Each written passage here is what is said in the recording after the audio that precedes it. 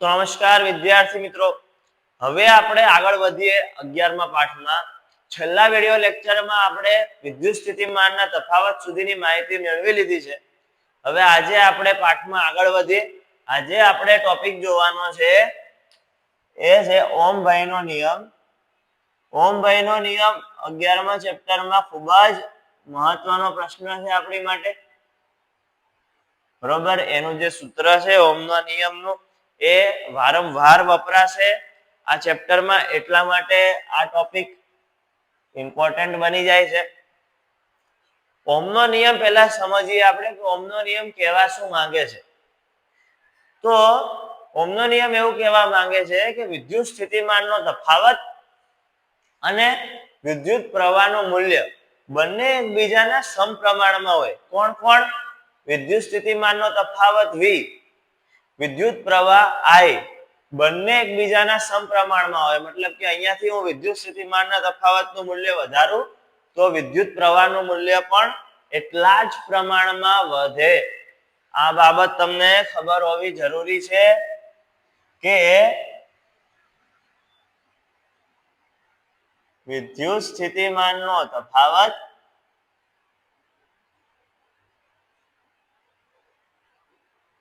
અને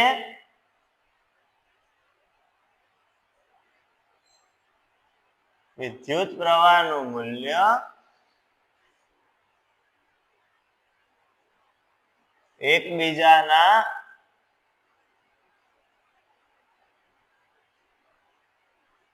સમપ્રમાણમાં હોય છે.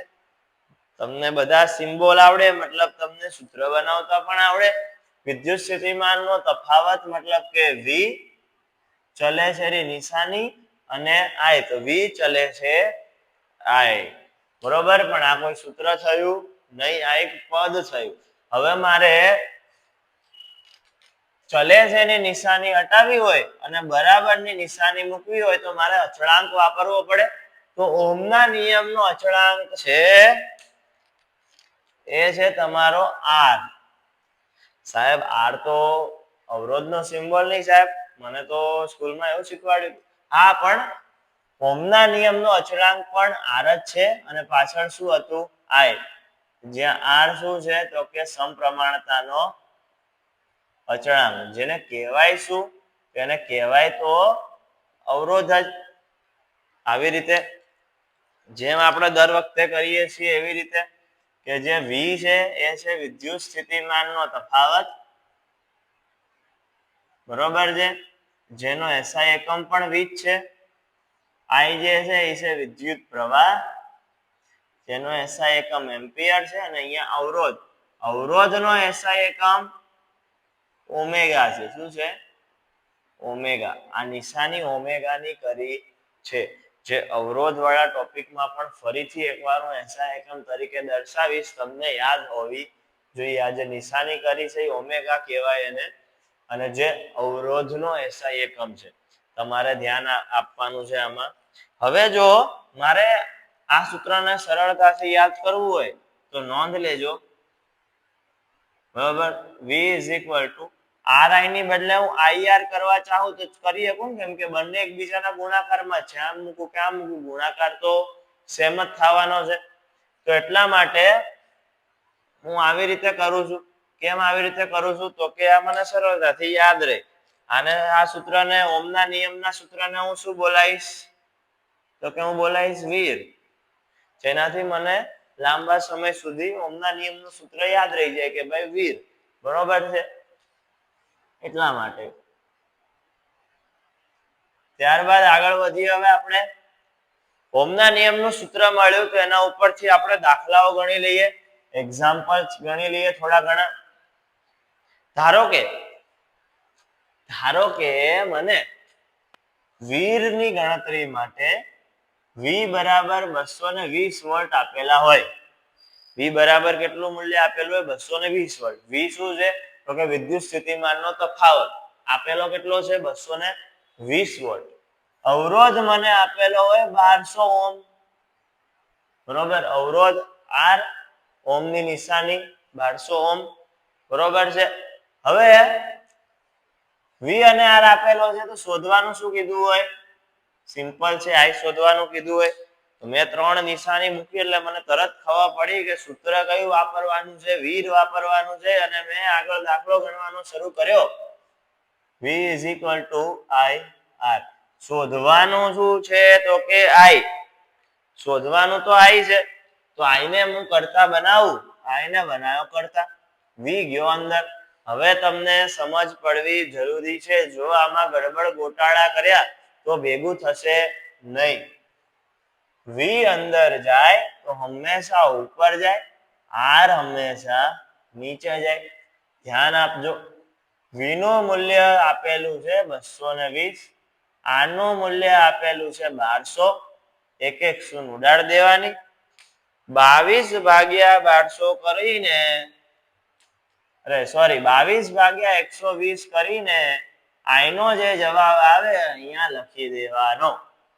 બરોબર છે? ભાગાકાર કરીને જવાબ અહીંયા લખી દેવાનો. i નો જવાબ છે એટલા માટે SI એકમ તો શું લાગશે? એમ્પિયર લાગશે. બરોબર છે? આગળ વધીએ. હજી એક એક્ઝામ્પલ જોઈએ આપણે કે હવે ધારો કે v બરાબર એટલું ને એટલું જોઈએ 220 વોલ્ટ. બરોબર? r બરાબર આ વખતે આપેલો છે 100 ઓહ્મ અને ih શોધવાનું કીધું છે. ચલો ih શોધવાનું કીધું છે તો શું કરશું? ફરીથી એકવાર ખબર પડી કે વીર મૂકવાનું છે, ફરીથી ih શોધવાનો છે. તો મારે v ને અંદર લઈ જવાનો છે, r જાય છે છેદમાં. જો હું v અંદર લઈ જાઉં છું, v નું મૂલ્ય છે 220, r નું મૂલ્ય છે 100, તો 0 0 ઉડાડી દીધા. 22 ના છેદમાં 10 જોઈને 22 ના છેદમાં 10 જોઈને મેં ડાયરેક્ટ 2.2 મૂકી દીધા અને i શું કરી દીધું? 2.2 અને પાછળ મૂકી દીધો. હું હોશિયાર હતો એટલે મને ખબર પડી ગઈ કે i નો શું મૂકવાનો છે? એમ્પિયર SI એકમ તરીકે મૂકવાનો છે અને મારો દાખલો થઈ ગયો સોલ્વ. આ થઈ ગયા તમારા વીર વાળા દાખલા. બરોબર છે? ત્યારબાદ હવે આપણે એક સરસ મજાનો મુદ્દો ઉપાડી લઈએ. અવરોધ અને અવરોધકતા.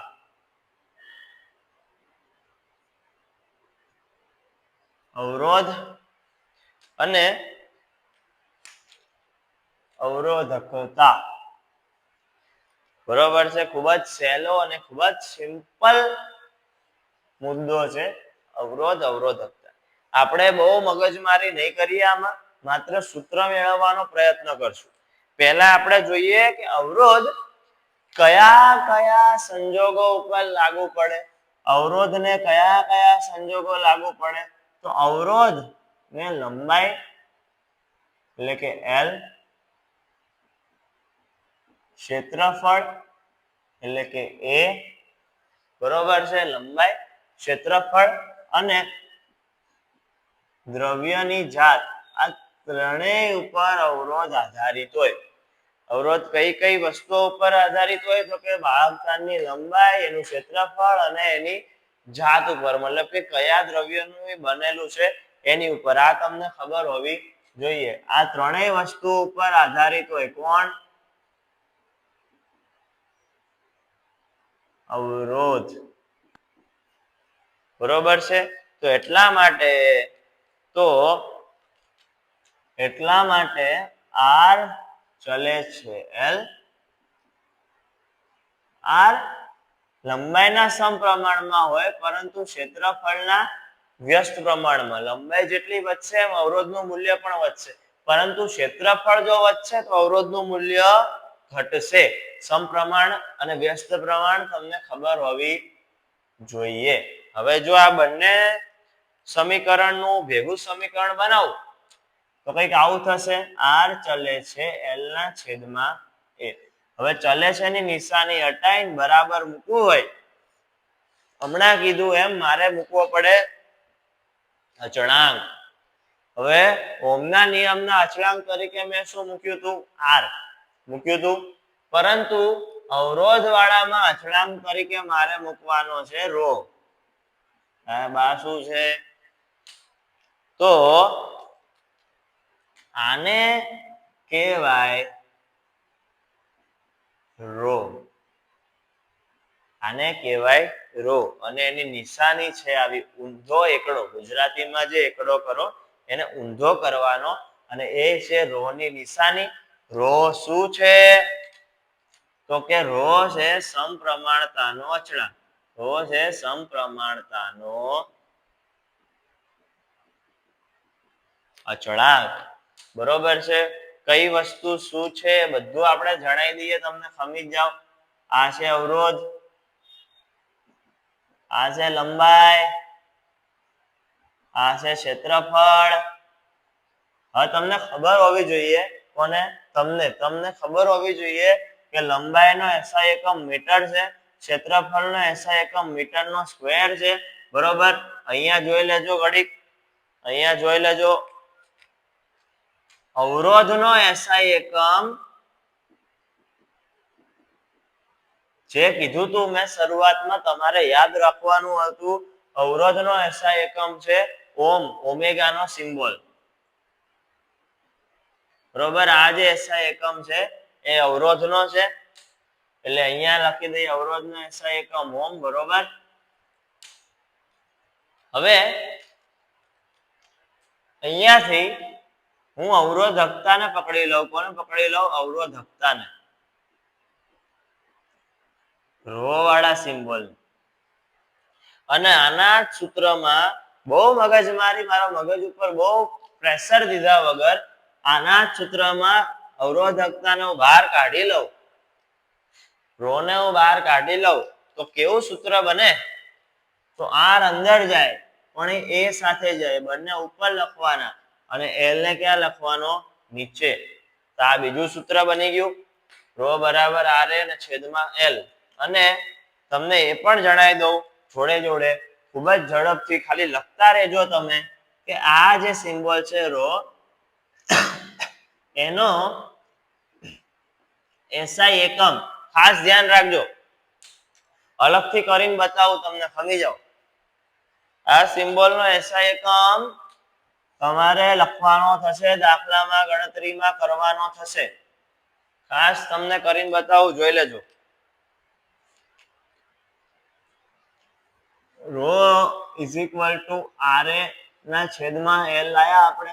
જોજો આર જે છે આર અહીંયા ધ્યાન રાખજો, મગજ અહીંયા રાખજો નકર છૂટી જશે ગાડી. આર નો SI એકમ છે ઓમેગા. બરોબર. એનો SI એકમ આપણે શું કીધો? જોજો. એનો SI એકમ કીધો મીટરનો સ્ક્વેર અને નીચે એલ માં શું કીધું? મીટર. તો 1 મીટર ને 1 મીટર ઉડી જાય તો ઉપર શું હજી? ઓમ અને મીટર. તો રો નો SI એકમ શું મળ્યો? ઓમ મીટર. રો નો SI એકમ છે ઓમ ઇન્ટુ મીટર. ખબર પડી? હું થોડીક સ્પીડમાં જતો હશ પણ તમે ધ્યાનથી સાંભળજો હું શું બોલું છું. 1 મિનિટ બી મગજ ભટક્યું મતલબ ટોપિક ગયો હાથમાંથી, સમજી લેજો. ખૂબ જ સરળ છે. ફરીથી એકવાર બેક કરીને જોઈ લેજો શું કહેવા માંગે છે અવરોધ અને અવરોધકતા. બહુ સિમ્પલ સહેલા શબ્દોમાં સમજાવી દીધું. વધારે થિયરેટિકલમાં પડવાની જરૂર છે નહીં, કેમ કે કોઈ કામની નથી. આપણને ખાલી સૂત્રોની સમજ પડવી જોઈએ ક્યાંથી શું આવે છે. હવે જોઈ લેજો, દાખલો ગણાવી દઉં છું, જોઈ લેજો. એક્ઝામ્પલ ગણાવી દઉં છું બહુ સરસ મજાનો. મૂલ્યો જોજો, ગણતરી સમજવાનો પ્રયત્ન કરજો. ધારો કે તમને એક સરસ મજાનો દાખલો આપ્યો હોય અને કીધું હોય કે આર બરાબર છે 26 ઓમ. બરોબર છે. ત્યારબાદ એલ બરાબર છે 1 મીટર, ડી બરાબર છે 0.3 mm અને હજી એક વેલ્યુ વધી નથી વધી, આટલું જ હોય. અને તમને કીધું કે ભાઈ રો ગોતો, જાઓ અવરોધકતા ગણીને બતાવી દો. હાલો, તો તમે શું કરશો? કેમ શું કરશો? તો કે સાહેબ હું તો મૂકી દઉં ને સૂત્ર કે આર બરાબર અવરોધકતાનું જ મૂકી દઉં ડાયરેક્ટ શોધવાનું કીધું હોય તો. રો બરાબર આર એ છેદમાં એલ. આ મૂકી દઉં ને, મળી જાય ને. પણ એ ક્યાંથી કાઢશો ભૂરા? એ સવાલમાં આપેલો નથી. હવે જોજો, સમજજો અને ગણતરીમાં ધ્યાન આપજો. ચોપડો લઈને બેસજો. એ ના આપેલો હોય બરોબર છે ત્યારે શું આપેલું હશે? ડી. ડી શું છે? તો કે વ્યાસ. વ્યાસ ઉપરથી ક્ષેત્રફળ શોધી શકાય, પણ વ્યાસ પણ શેમાં આપેલો છે? mm માં. તો મારે પહેલા મીટરમાં ફેરવવો પડશે. તો 0.3 mm થી મીટરમાં ગયા લેક્ચરમાં કીધું, ગયા લેક્ચર 1 mm બરાબર 10 - 3 મીટર. તો 0.3 × 10 - 3 મીટર થઈ ગયું. પોઈન્ટ નથી રાખવો, 3 × 10 - 4 મીટર થઈ ગયું. ખબર પડી શું થયું? બરોબર, mm નું મીટરમાં ફેરવ્યું, 10 - 3 પોઈન્ટ એક આગળ ખસેડ્યો એટલે 4 થઈ ગઈ. એક ખસેડ્યો ને એટલા માટે થોડુંક ધ્યાન આપજો. પણ હજી તો ડી છે, મારે શું જોઈએ છે? એ. તો એના માટે મિત્રો સૂત્ર છે, મગજમાં ઘુસાડી દેજો. ડી આપેલો હોય ત્યારે પાઈ ડી નો સ્ક્વેર છેદમાં અહીંયા તમારે લેવાનું 4. આ સૂત્ર કોની બદલે મૂકવાનું? એ ની બદલે, કેમ કે એ આપેલો નથી. તો r તો આપેલો છે, કેટલો આપેલો છે? 26. એની બદલે શું મૂકશું? પાઈ ડી નો સ્ક્વેર નીચે 4 અને નીચે l પણ છે. હવે જોજો 26 ગુણ્યા 3.14 છે એની કિંમત, પાઈ ની કિંમત બરોબર છે. 3 ગુણ્યા 10 - 4 નો સ્ક્વેર છેદમાં l ની કિંમત કેટલી છે? 1 અને 4. તો 26 ગુણ્યા 3.14 ગુણ્યા 3 નો સ્ક્વેર 9. ઘાતના તમને સ્ક્વેર ના આવડતા હોય તો યાદ કરી લેજો, 4 નો સ્ક્વેર કાઢીને નથી લખવાનું, તમારે 4 ગુણ્યા 2 કરવાનું છે ઘાત હોય ત્યારે. તો 10 - 12 નીચે 4 એકા 4. હવે આગળની ગણતરી પૂરી કરવાની. શું કરવાનું છે? સિમ્પલ છે. 3.14 ગુણ્યા 26 ગુણ્યા 9 ભાગ્યા 4. જે ઘાત વધશે એ ઘાતનો વ્યવસ્થિત વહીવટ કરજો, નકર ગોથે ચડી જશો. જવાબ રો નો લાવવાનો છે. જવાબ શેનો લાવવાનો છે? રો નો. આ જવાબ અને આ જવાબ બે લાવી દેવાના છે. બહુ સિમ્પલ મળી જશે. ગુણાકાર ભાગાકાર જ છે. જો ગુણાકાર ભાગાકાર અત્યારે ના આવડતા હોય તમને, તો પાછું ક્યાં વયું જવાનું? બાળ મંદિર. ક્યાં વયું જવાનું? બાળ મંદિર. ગુણાકાર ભાગાકાર કરીને રો નો જવાબ આવશે. અહીંયા રો નો જવાબ છે એટલે SI એકમ લખવાનો ઓમ ઇન્ટુ મીટરમાં, અને અહીંયા આવશે તમારો જવાબ. આ સરસ મજાના ટોપિક થયા. ઓમનો નિયમ અને અવરોધ અવરોધકતા. જેટલા સિમ્પલ બની શકતા હતા એટલા સિમ્પલ બનાયા છે આપણે, જેટલા બી બની શકતા હતા. બરોબર છે. હવે આગલા લેક્ચરમાં મળીશું અવરોધોનું શ્રેણી જોડાણ અને સમાંતર જોડાણ સાથે.